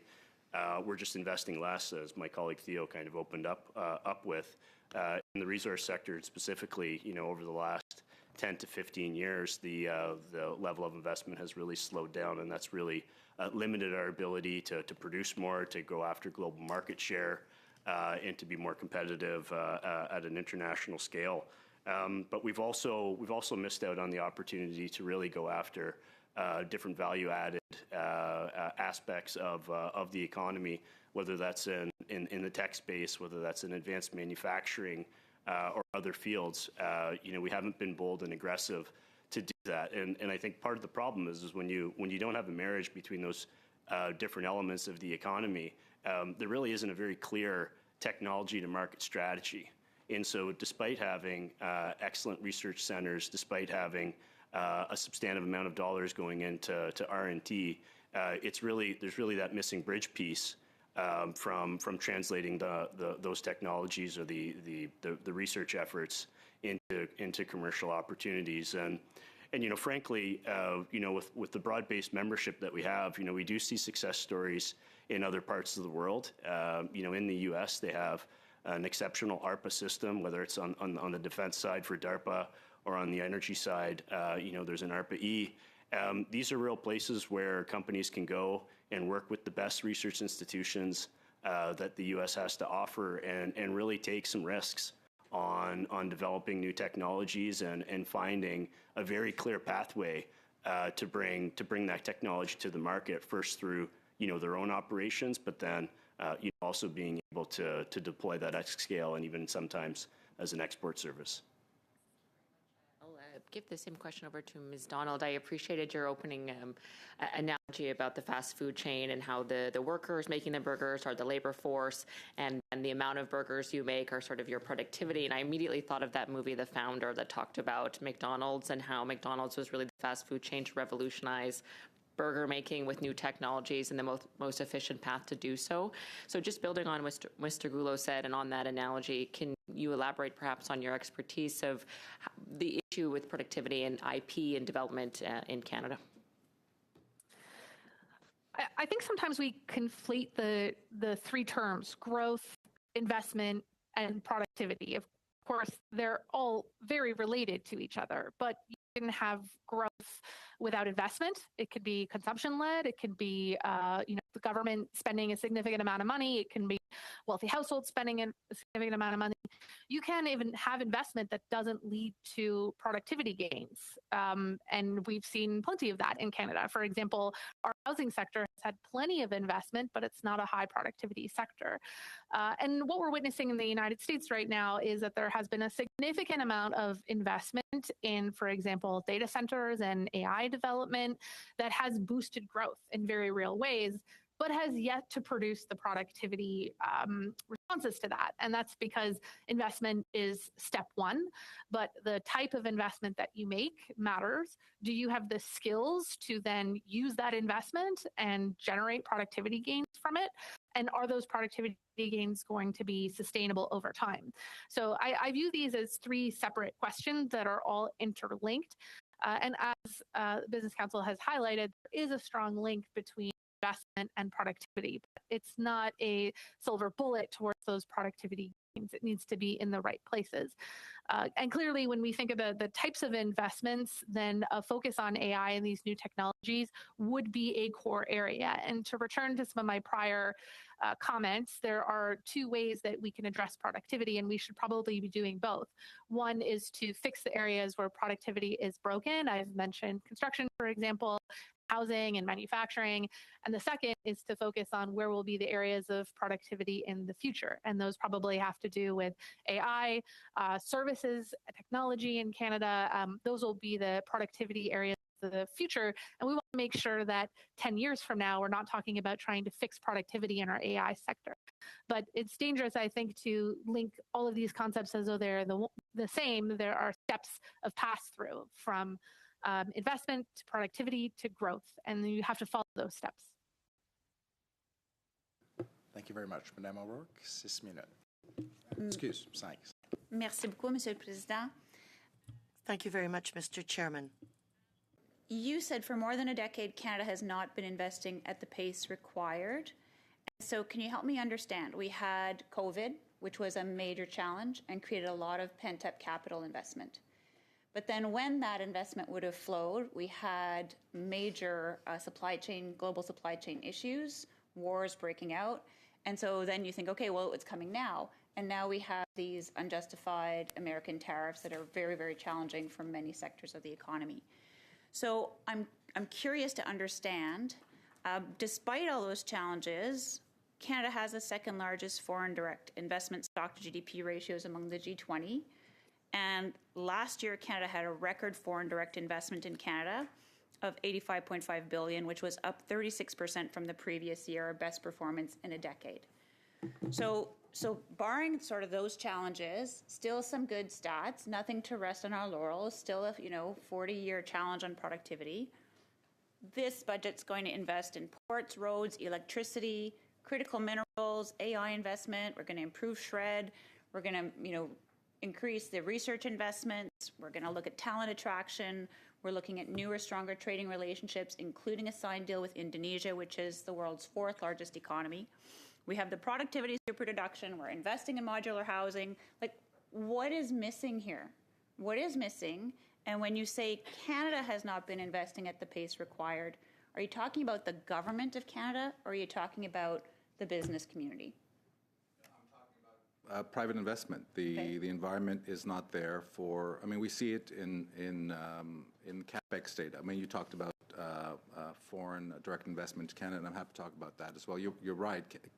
Canada is an interesting kind of situation where we actually do draw in, relatively speaking, a healthy amount of foreign direct investment. Compared to other kind of peer type nations, we have quite a bit of. We have an open kind of more open flow of capital than maybe other countries. That applies both coming in, but it also applies going out. So we've had a lot of money coming in. We've had much more money going out, and so when Canadian companies are the ones who are exiting the country to invest abroad, primarily in the U.S., much of that investment is going to the U.S. That suggests something, right? So you're right. Canada has done decently in terms of drawing in some foreign direct investment, but much more has exited the country. I mean, I look at just the capex data, the business investment data that you see, every quarter in the quarterly economic accounts. We're going to get the latest numbers at the end of this month, I think, and we do see stagnating business investment in Canada over the last 10 years, starting in the resource sector, in 2015 with price of commodities falling. You did see kind of the initial large reduction in business investment in Canada, and we just haven't really recovered very quickly since then. It's particularly stark if you look at it, as a share, investment per worker, for example, investment per capita. Right. So just in the interest of time, though, what's missing from what is proposed, right? Yeah. So there's a number of measures. What will help us get to that? Well, like I said earlier, I think just a little bit more ambition, whether it's on the tax side, whether it's on the regulatory side, and even on the infrastructure side. So just some more ambition, and back to kind of the budget that you mentioned. Many of the things you mentioned, I mean, I agree. I mean, I think there's many positive things in the budget, but once you're in a situation where you're trapped in a certain kind of circumstance in Canada, the perceptions of Canada as a place to invest are very negative. You need something to kind of break out of that trap. You need a little bit of a big bang in policy for companies, whether foreign or domestic, to kind of really change their perception about Canada being a place to invest. You do need a bigger type of bang.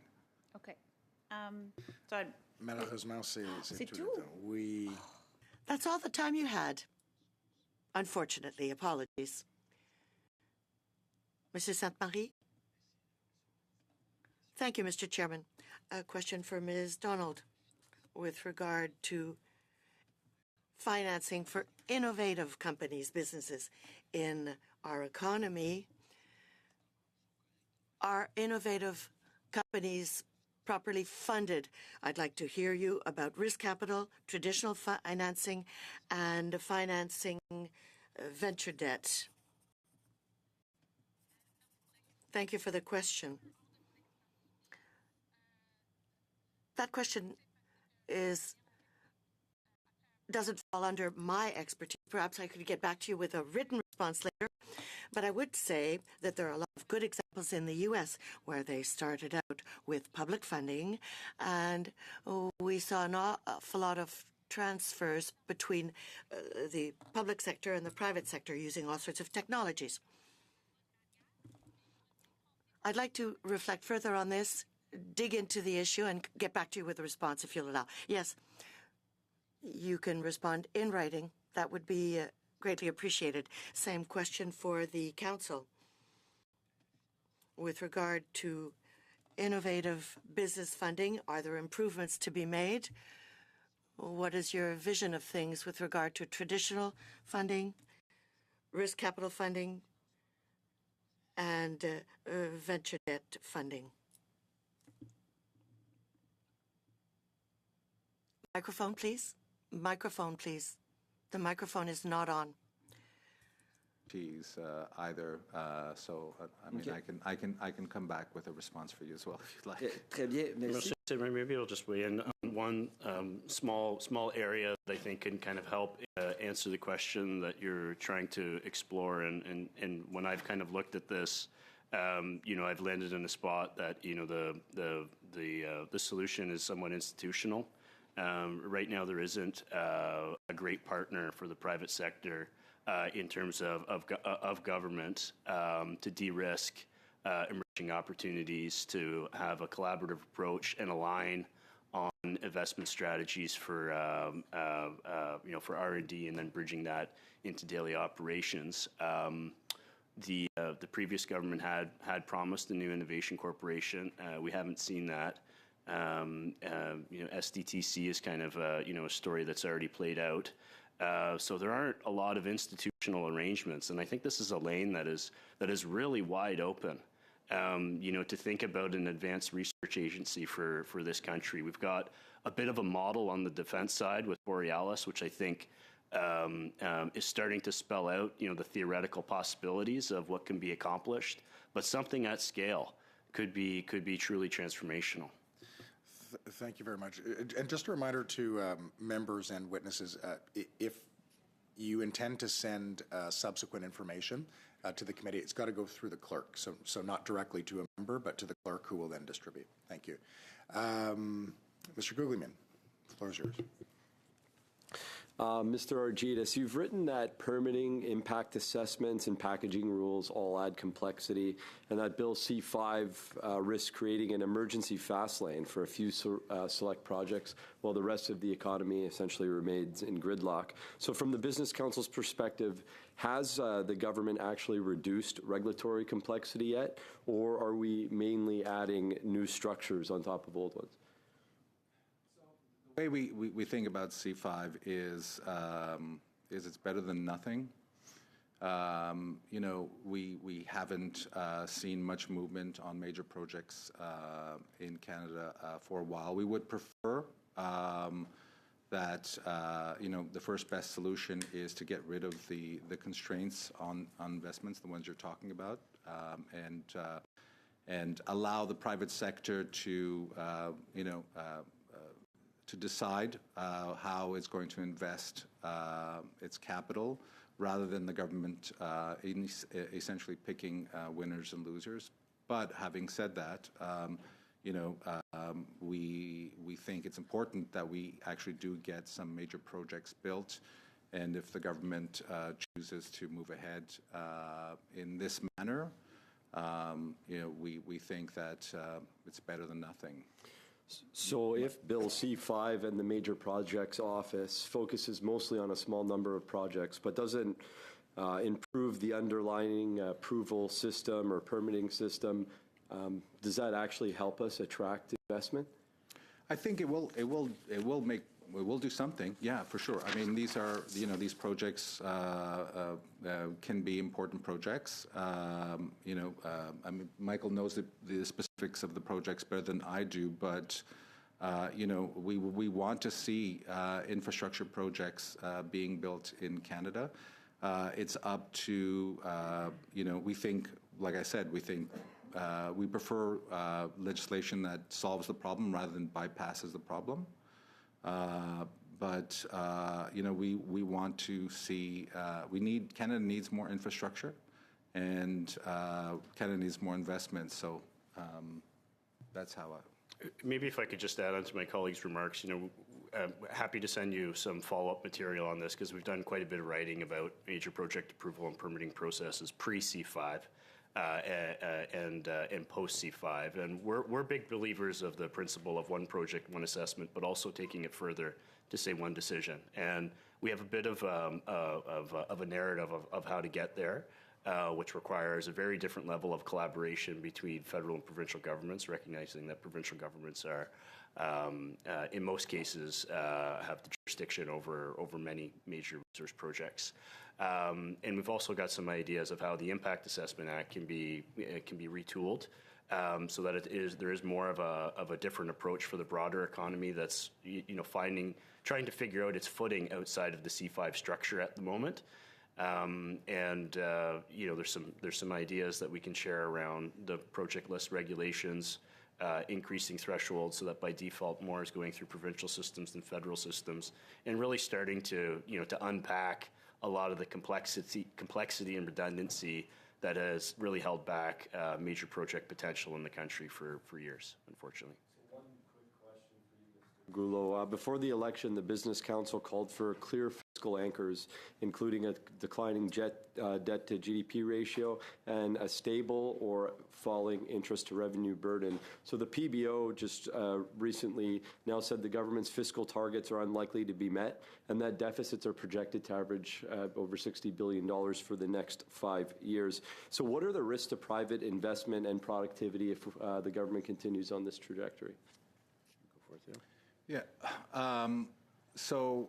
We felt that the fiscal anchors were weaker than we would have liked in the budget, and I wouldn't go as far as to say that there isn't fiscal capacity for the government to do things. We're not anywhere near some type of fiscal crisis of any sort. I think, like I mentioned, there's scope for the government to do things with a balance sheet, but it has to be part of a medium-term fiscal plan that, keeps Canada's finances looking credible to markets. So fundamentally, the risk is that our debt continues to grow. The things we do with that debt don't improve the productivity of our economy or don't increase long-term growth in our economy, so we don't get a payoff for that debt. So there's nothing wrong, really, in my eyes, to finance for investment-enhancing or productivity-enhancing projects or investment. The question is, you don't have much capacity to do much more than that. There's no fiscal capacity to kind of do things other than investment. So, the risk is you run high debts, you don't change the growth dynamics in Canada, and investors sour on the debt, and interest rates rise, and you kind of slow down the economy. So you have this kind of vicious... Thank you very much. Mr. Erskine-Smith? Thanks very much. I want to start with Ms. Donald, and specifically in relation to this idea of business investment in research and development and the difference between Canada and our peers. Because at the same time, you've got the SHRED program, which is very generous when compared with our peers. Now, in this budget, we're making it even more generous. I take it, though, there's also an administrative issue where it's being streamlined to a degree. Apart from that particular issue, though, do you have advice on how we might encourage businesses? Or at one point, I've heard you write that it's sometimes a tax competitive issue. It's also just a cultural. We need to create a culture of risk-taking to a degree. But how do we ensure, when we address productivity, that businesses are investing in research and development to a greater degree to make us more competitive? It's a bit of a tragedy that there's no single one-line answer that achieves this, but effectively, you're right, there's somewhat of a culture component of this, which is what we're trying to do at the end of the day, and I think what my colleagues at Business Council have also implied, is change the risk-reward of investment. So anything that helps reduce the risk, and that could be speed up the moment until you get to reward, it could be reduce the costs of taking on that risk, is helpful. And then you have the other side of that ratio, which is how do you make sure that we are creating reward around that? And some of that is the tax competitiveness system attached to it. So what matters to R&D is the same thing that matters to all elements of investment, which is how do we improve the risk reward component of investment in the country? And programs like the ones that you've mentioned take a step in that direction. And therefore we should celebrate them. At the same time, we have to run a marathon. And while we should be happy that we've maybe taken a few steps in the right direction, we have many more steps to take.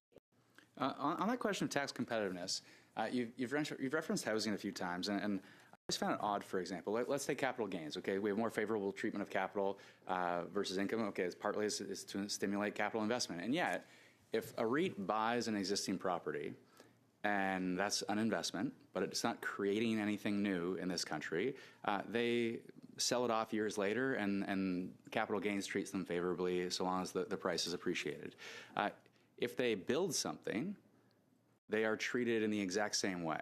And we don't really, with the tax system, treat productive capital differently from passive and less productive capital, especially housing is the most obvious example in some ways. You've referenced a few times. In your work on tax competitiveness, have you looked at that particular question at all, of how we might treat different kinds of capital? Well, certainly a point that I've made a few times in this hour, but you've highlighted well, is that these challenges, so within the productivity challenges, there are many different streams, and within each one of those streams, a different treatment is likely necessary in a variety of different sectors. And so this is why sometimes when we appear in front of a committee that is doing great work, as this one is, it's important to sort of emphasize that there is a nuance and complexity to solving the productivity issue, and one grand swipe that applies to all sectors across the entire of the country is not going to be as effective as we hope it would be. Unfortunately, that probably means more work on productivity, but it also means elevating the conversation beyond some of these broad terms like let's invest more, let's have more competitive tax system. We all know that. We've been saying it for 40 years. It's time for us to, dive deep into more specifics. So perhaps conversations about productivities with those in those individual sectors is the evolution of this conversation towards the next steps. And sector-specific policies on productivity would probably be well received and helpful for this economy. I think that is very, very good advice. Thanks very much. Thank you very much. Okay, colleagues, we've got one small order of business to deal with. Won't take us long, so we'll let the witnesses go while we get ready to deal with that. Thank you very much for availing yourselves to the committee. Very interesting conversation. Appreciate your insight and guidance, and wish you a good rest of your week. Colleagues, very quickly, we just have to pass a budget for the auto sector study that we held. I believe the clerk sent that out to all members this morning. We dealt with this last time. The number looks really big. That's not the actual amount of money that we're spending. That's just what the ceiling is. So we just need consent from committee members to approve the necessary budget to expense the costs related to the auto sector. I'm seeing thumbs up from the Bloc, seeing thumbs up from the Conservatives. Okay, we'll consider that budget passed. All right, colleagues, meeting adjourned.